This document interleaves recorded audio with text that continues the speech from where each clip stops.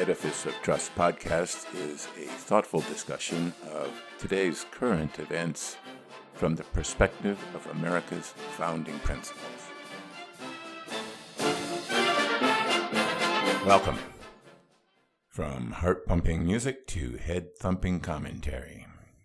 Kyrsten Sinema is being attacked by the stormtroopers of the progressive left because she is resisting the left's call to raise taxes on U.S. corporations. Of course, following me into the bathroom and harassing me from in front of the stall door is unlikely to make me more amenable to your point of view. She and fellow moderate Democrat Joe Manchin are the principal stumbling blocks to the progressive left's onslaught on good governance known as the American Families Plan. The plan will spend many trillions of dollars, and many more than the progressives admit, which President Biden says will cost nothing because it will all be paid for by higher taxes on corporations and wealthy individuals. But living in the real world, rather than the ideal progressive world where spending trillions of dollars costs nothing, means that all the supposedly free stuff the government has promised will actually be paid for in large part by the recipients themselves. How can that be, you might ask? Some of you may find my explanation a bit basic, but apparently our progressive friends come up a little bit short on financial literacy. So please bear with me. The Biden administration wants to have corporations pay their fair share of taxes. Of course, the supposed fair share is a totally subjective concept, with everybody having a different idea of what a fair share should be. Progressives look at big corporations making lots of money and then look at their long list of progressive programs that need funding and conclude that corporations are not sufficiently contributing to the public good.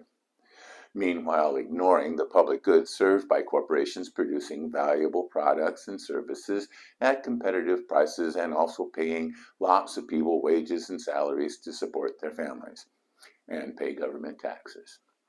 They believe that by increasing corporate tax rates, corporations will be forced to pay their fair share. But what does that actually mean in reality?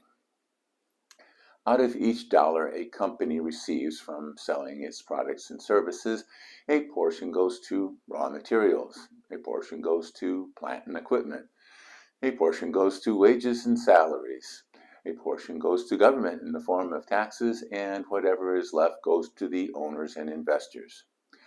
What President Biden and the progressive want to do is to increase the portion that goes to the government and reduce the portion that goes to the owners and investors. But the purpose of a corporation is to make money for the owners and investors, not to pay taxes. So corporations will increase prices or reduce wages in order to preserve the portion of revenue that goes to the owners and investors. As a result, it is usually consumers or workers that pay for higher corporate taxes. This is how things operate in the real world. But let's take a hypothetical look at what would happen if the progressive found a way to make owners and investors pay the higher taxes, since progressives tend to live in a hypothetical reality instead of the real world full of real people. When a businessman or investor has money to invest, they have a wide range of choices of where to put their money. They could invest in government bonds. But Treasury bonds only pay 1.5% interest over 10 years, which is less than the rate of inflation, so the investor is actually losing money. Short-term bank deposits pay even less. Investment-grade corporate bonds pay between 1.9 and 2.4%, while junk bonds, those rated below investment grade, pay between 4 and 7%. The higher yielding the investment, the greater amount of risk the investor is taking. Investing in equity is an even greater risk because in the case of a liquidation or bankruptcy, bondholders, along with workers and government, have priority of payment over investors and owners. So equity investors demand a higher return on their equity investments. Investments in relatively safe industries such as public utilities return less than those in risky industries like high tech. Bloomberg estimates that the return on common equity for the entire market is about 18%. But the market capitalization of Apple, for example, is almost 6 times the common equity on the books of the company. So a new investor would be getting a much lower return. When I was with Citibank and I wanted to invest in a new project, I had to develop a business plan with projections that forecast at least an 18% return on the investment that Citi was going to make. 18 was the cutoff because management realized that many of the projects would not succeed, so the actual return would be lower.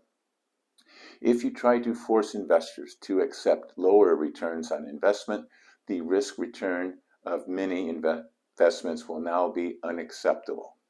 Many risky investments will not be made. Keep in mind that personal computers, smartphones, and social media were once considered risky investments, just as artificial intelligence, quantum computing, and mRNA vaccines are now. When rates of return on risky investments are reduced, investors look for alternative investments where the risk-reward ratio is more suitable to their risk appetite. Investment money would be directed away from riskier startup companies that are developing cutting-edge technology. Employment at Amazon, one of the companies targeted by progressives for not paying taxes, grew from 12,000 employees in 2005 to 1,298,000 in 2020. How many employees would there be if Amazon had been forced to pay its, quote, fair share? Also keep in mind that in the real world, instead of the ideal progressive world as they think it should be, companies located in countries with lower corporate tax rates, which under the Biden plan would be just about everybody, will not only be investing in risky cutting-edge technologies, but will have an additional competitive advantage in lower costs over American products around the world as well as in the United States. The quasi-religious zealotry that progressives feel in demanding that corporations and the wealthy pay their fair share will not only yield less tax revenue than they imagine, there will be dire unintended consequences just like those created by all other forms of zealotry. Ponder that while you listen to a brief message. My latest book, The People's God, Ruminations about God, Religion, and the Future of Western Civilization, has just been published. The book traces the origins of religion and how religions have affected civilizations throughout history. It looks at the increasing secularization in Western countries and analyzes whether a just and moral society can survive without religion. Now available at Amazon, Barnes & Noble, and Apple Books. You can find the links to these retailers on my website, www.edificeoftrust.com. Thank you. Welcome back. Taxes are powerful motivators. It was the perception of unfair taxation that motivated American colonists to rebel against England.